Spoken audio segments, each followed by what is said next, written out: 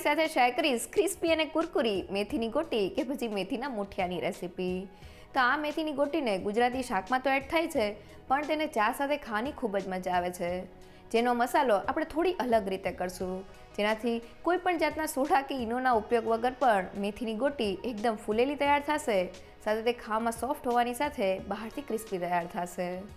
સાથે આપણે તેને લીલી મેથી અને લોટના પરફેક્ટ માપ સાથે બનાવશું, જેનાથી મેથીની જરા પણ કડવાશ નહીં લાગે અને તે સ્વાદમાં એટલી ટેસ્ટી બનશે કે જેને તમે એકવાર બનાવીને 10 દિવસ સુધી ખાઈ શકશો.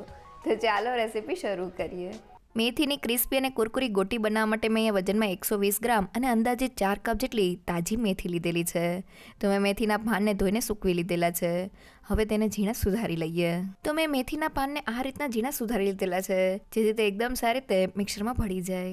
અને હવે મિક્સર જારમાં 3 થી 4 નંગ જેટલા તીખા લીલા મરચા, 1 ઇંચ જેટલા આદુના ટુકડા અને 6 થી 7 નંગ જેટલી લસણની કળી એડ કરી દઈએ. સાથે 1 ચમચી જેટલું જીરું એડ કરી દઈએ અને કોઈ પણ જાતના પાણીને એડ કર્યા વગર તેને ગ્રાઇન્ડ કરી લઈએ. આ રીતની અધકચરી પેસ્ટ તૈયાર થઈ ગઈ છે, જેની સાથે મેથીની ગોટીનો સ્વાદ એકદમ સરસ લાગે છે. અને લોટ બાંધવા માટે મેં 3 મોટી ચમચી જેટલું દહીં લીધેલું છે. તેમાં મસાલામાં સ્વાદ પ્રમાણે મીઠું, અડધી ચમચી જેટલું હળદર પાવડર, 1 મોટી ચમચી જેટલું લાલ મરચું પાવડર, 1 મોટી ચમચી જેટલું ધાણા જીરું પાવડર, 1 પિંચ જેટલી હિંગ અને અડધી ચમચી જેટલા અજમાને હાથેથી ક્રશ કરીને એડ કરી દઈએ. સાથે 1 ચમચી જેટલો ગરમ મસાલા પાવડર અને મેં 2 મોટી ચમચી જેટલા સફેદ તલ લીધેલા છે. સાથે 1 ચમચી જેટલી લીલી વરિયાળી અને મેં 2 મોટી ચમચી જેટલી ખાંડ લીધેલી છે, જેનાથી મેથીની કડવાશ બેલેન્સ થશે પણ મેથીની ગોટીમાં જરા પણ મીઠાશ નહીં આવે. સાથે 1 ચમચી જેટલો લીંબુનો રસ અને મેથીની ગોટીમાં 2 મોટી ચમચી જેટલું તેલનું મોણ એડ કરી દઈએ. તો અહીં આપણે તેલનું પ્રમાણ વધુ પડતું નથી લેવાનું. હવે બધા જ મસાલાને દહીંમાં સારી રીતે મિક્સ કરી લઈએ. તો મસાલામાં દહીં એડ કરવાથી કોઈ પણ જાતના સોડા કે ઈનોના ઉપયોગ વગર પણ મેથીની ગોટી બહારથી એકદમ સોફ્ટ અને ફૂલેલી તૈયાર થશે. સાથે થોડું દહીં એડ કરવાથી મેથીની કડવાશ બેલેન્સ થશે અને મેથીની ગોટી સ્વાદમાં એકદમ ટેસ્ટી બનશે. તો બધી જ વસ્તુ મિક્સ થઈને આપણું મસાલા સાથે આ રીતનું મિક્સર તૈયાર થઈ ગયું છે. અને હવે સુધારેલી મેથીને માપ કરીને એડ કરવા માટે મેં તેને વાટકીમાં ભરી લીધેલી છે. તો વાટકીના માપથી 4 વાટકી જેટલી સુધારેલી મેથી મસાલામાં એડ કરી દઈએ.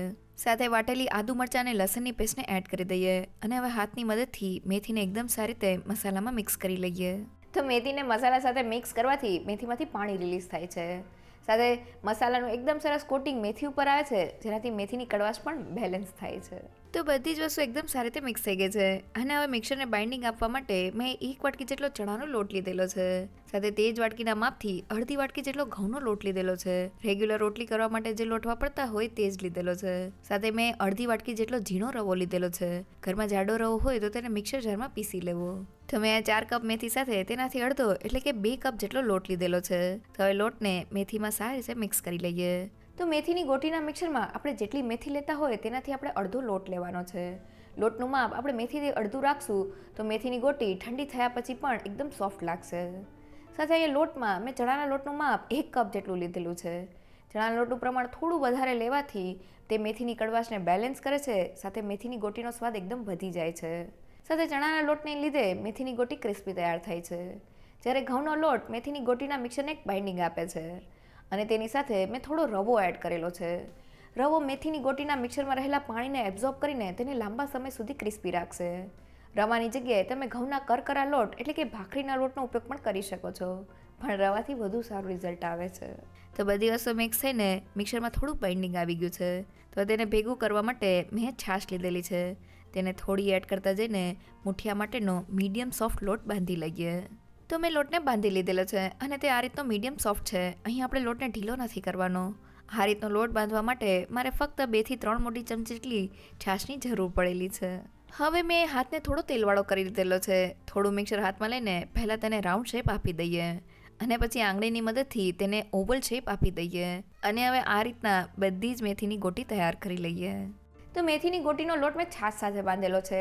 પાણી કરતાં છાશનો ઉપયોગ કરવાથી મેથીની ગોટી લાંબા સમય સુધી સારી રહે છે. સાથે આપણે અહીંયા લોટને ઢીલો નથી બાંધવાનો. જો લોટ ઢીલો હશે તો મેથીની ગોટી ક્રિસ્પી તૈયાર નહીં થાય. સાથે તૈયાર થયેલા લોટમાંથી આપણે નાની સાઇઝની મેથીની ગોટી તૈયાર કરવાની છે. જો આપણે તેને વધુ પડતી મોટી તૈયાર કરી દઈશું તો તે ઠંડી થયા પછી થોડી સોફ્ટ થઈ જશે. હવે મેં અહીંયા મેથીની ગોટીને તળવા માટે તેલને ગરમ કરી દીધેલું છે. ગરમ તેલમાં મેથીની ગોટીને એડ કરી દઈએ. તો મેં કડાઈમાં સમાય તેટલી મેથીની ગોટી એડ કરી દીધેલી છે. શરૂઆતમાં આપણે તેને પલટાની ઉતાળ નથી કરવાની. તો લગભગ 2 થી 3 મિનિટ જેવું થઈ ગયું છે.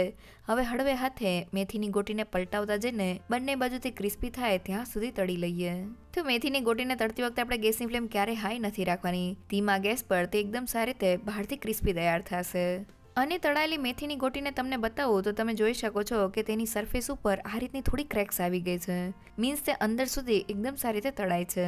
તો લગભગ 8 થી 9 મિનિટ જેવું થઈ ગયું છે અને મેથીની ગોટી બહારથી આ રીતની એકદમ ક્રિસ્પી અને ગોલ્ડન બ્રાઉન થઈ ગઈ છે. તો તળાયેલી મેથીની ગોટીને ઝારામાં લઈ લઈએ. તો મેં બધી જ મેથીની ગોટીને તળી લીધેલી છે અને થાળી ભરીને આપણી મેથીની ગોટી તૈયાર થઈ છે. એક ગોટીને હાથમાં લઈને તમને બતાવું તો તે બહારથી ક્રિસ્પી હોવાની સાથે ખાવામાં એકદમ સોફ્ટ અને ફરસી તૈયાર થઈ છે. એકવાર જરૂરથી ટ્રાય કરજો. તેવડે એકદમ ક્રિસ્પી અને કુરકુરી મેથીની ગોટી તૈયાર થઈ ગઈ છે. મેથીની ગોટીને તળતી વખતે ગેસની ફ્લેમ મીડિયમ ટુ લો રાખવાથી તેનું એકદમ ક્રિસ્પી ટેક્સચર તૈયાર થશે. સાથે તૈયાર થયેલી મેથીની ગોટીને તમે કોઈ પણ એરટાઇટ કન્ટેનરમાં ભરીને 10 દિવસ સુધી ખાઈ શકશો. મેથીની ગોટી બનાવતી વખતે બસ તમારે અમુક વાતનું ધ્યાન રાખવાનું છે. પહેલી એ કે મસાલામાં થોડું દહીં એડ કરવાથી મેથીની ગોટી કોઈ પણ જાતના સોડા કે ઈનોના ઉપયોગ વગર એકદમ સોફ્ટ તૈયાર થશે. સાથે લોટમાં ચણાનો લોટ એડ કરવાથી મેથીની કડવાશ બેલેન્સ થશે અને મેથીની ગોટીનો સ્વાદ વધી જશે. અને ઘઉંના લોટ સાથે થોડો રવો એડ કરવાથી તે મિક્સરમાં રહેલા પાણીને એબ્ઝોર્બ કરીને મેથીની ગોટીને એકદમ ક્રિસ્પી ટેક્સચર આપશે.